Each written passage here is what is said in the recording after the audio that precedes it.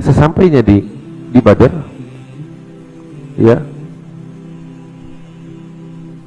itu kan Nabi juga nyebar mata-mata untuk lihat kabar bagaimana. Utusannya Abu Sufyan udah sampai ke Mekah. Di Mekah geger. Ini nggak bisa. Apalagi mereka ini udah dendam banget. Apa bahasanya? Kalau dendam tuh masih kecil. Ini dendam kusumat. Iya bahasanya.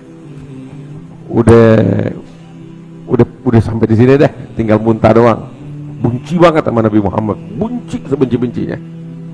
Cuman belum dapetin tuh celah untuk ngabisin Nabi Muhammad. Nah kebetulan ada begini, ada kasus ini nih.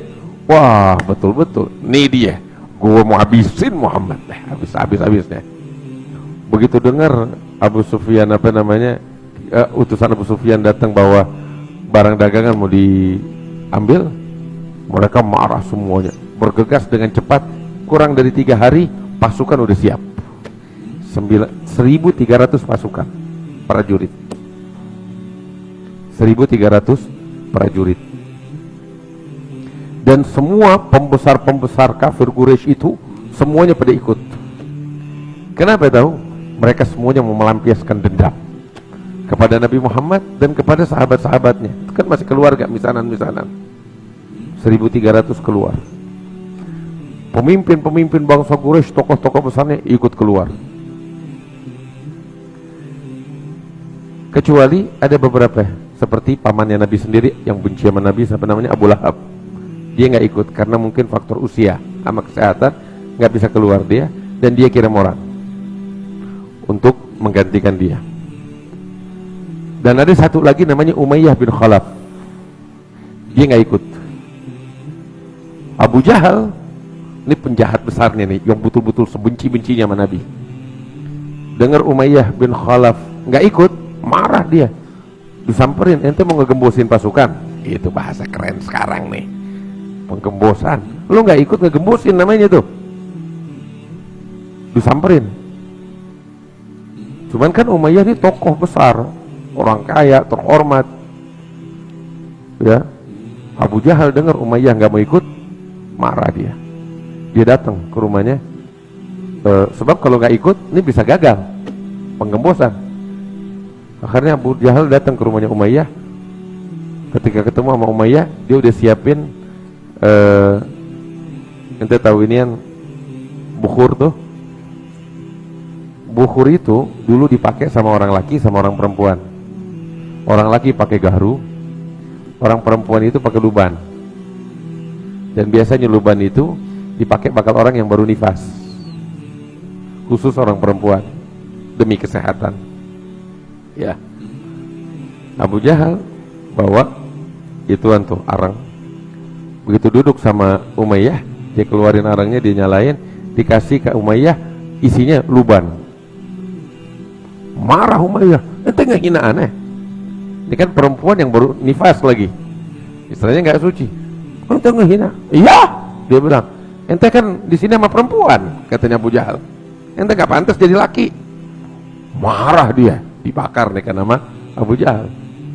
Nggak pantas jadi laki, duduk situ sama perempuan yang pada nifas.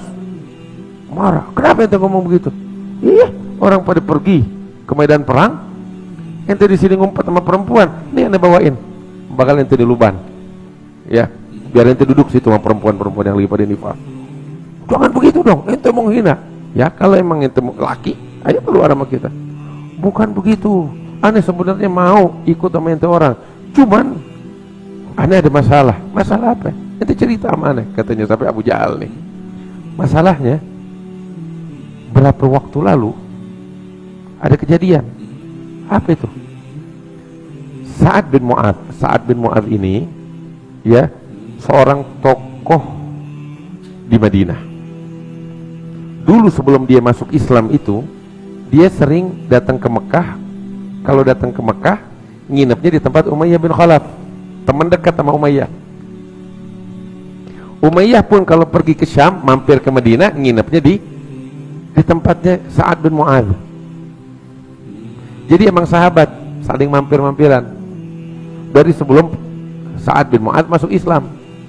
Nah begitu Sa'ad bin Mu'adz masuk Islam, dia udah cinta mati sama Nabi. Satu kali Sa'ad bin Mu'adz datang ke Mekah setelah masuk Islam, ya seperti biasa tinggal di rumahnya Umayyah bin Khalaf. Itu setelah Nabi Muhammad hijrah beberapa bulan, tinggal di rumahnya Umayyah bin Khalaf. Satu hari Sa'ad bin Mu'adz sama Umayyah pergi ke Ka'bah. Sa'ad pengen tawaf. Usai tawaf, itu kan Ka'bah itu tempat kumpulnya orang-orang besar kafir Quraisy. Abu Jahal ngelihat Sa'ad bin Mu'adz lagi tawaf, disamperin. Abu Jahal bilang, berani-beraninya ente datang ke Mekah tawaf di Ka'bahnya kita, sedangkan engkau dan kaummu itu melindungi Muhammad di negerimu, di Madinah. Sebab kan Nabi Muhammad hijrah di bawah perlindungannya orang-orang Ansor yang dipimpin oleh Sa'ad bin Mu'adz. Sa'ad bin Mu'adz ditegur begitu, marah, akhirnya ribut mulut, mulai panas, hampir mau pukul-pukulan. Sa'ad bin Mu'adz nggak peduli, dia juga jagoan. Suaranya sampai dibentak sekenceng-kencengnya Abu Jahal. Ini ribut mulut nih. Ya, ketika Abu Jahal dibentak dengan suara lantang, Umayyah bin Khalaf kagak keenakan juga. Bilang sama Sa'ad, ya Sa'ad, jangan gitu dong. Berani-beraninya engkau angkat suaramu dengan memekik dengan lantang kepada pemimpin bangsa Quraisy, yakni Abu Jahal. Sa'ad bin Mu'adz lagi marah itu waktu, nengok ke Umayyah, lu jangan campur, digituin. Jangan gitu, nih yang ente ngomong sama pemimpin kita Abu Jahal nih, Amr bin Hisham. Dia bilang, lu jangan campur, biar lo tahu ya, Muhammad bilang bakal ngebunuh lu. Kaget Umayyah bin Khalaf. Itu dengar begitu langsung gemeteran sampai ngompol di tempat. Sebab mereka itu orang-orang kafir Quraisy tahu betul Muhammad itu Nabi. Kan semalam mana cerita juga begitu. Abu Jahal tahu, mereka tahu Muhammad itu Nabi. Benci. Kenapa perangi Nabi Muhammad? Bukan karena nggak percaya dia Nabi, tapi karena dengki, benci sama hasud. Begitu dengar Sa'ad bin Mu'adz bilang gitu, Umayyah kaget, gemeteran, sampai ngompol. Itu yang tadinya cekcok mulut langsung berubah pembicaraan. Umayyah bin Khalaf bilang, ya Sa'ad, betul Muhammad bilang gitu? Betul, aku dengar sendiri, dia akan membunuhmu, engkau akan mati di tangannya. Kaget dia. Dia bilang, kapan dia bilang? Dia bilang, Anda dengar sendiri.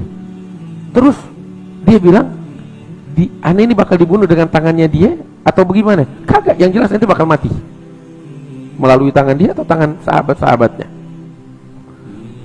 Terus dia bilang, Anda matinya di mana? Sampai segitunya. Di sini apa di sono apa di mana? Sa'ad bin Mu'adz bilang, Nabi nggak bilang apa-apa. Yang jelas ente bakal mati di tangan dia atau di tangan sahabatnya.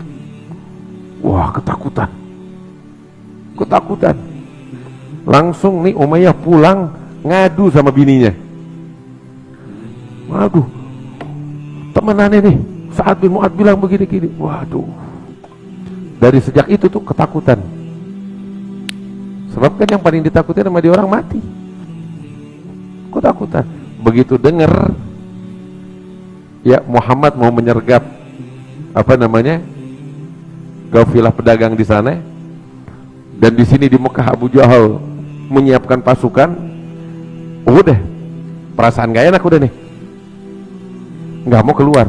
Tahu gue kalau keluar gue mati. Dari situ makanya Abu Jahal marah, lo nggak keluar ngegembosin yang lain. Dia bilang, aneh bukan kagak mau, aneh mau, cuman diceritain tuh, ente sendiri kan dengar, dan kita tahu Muhammad kalau ngomong benar. Abu Jahal juga paham, tahu. Akhirnya Abu Jahal bilang sama Umayyah, gini deh, aneh cuman minta sama ente, jangan terang-terangan kayak begini. Ente terang-terangan gak ikut, ngegembusin yang lain.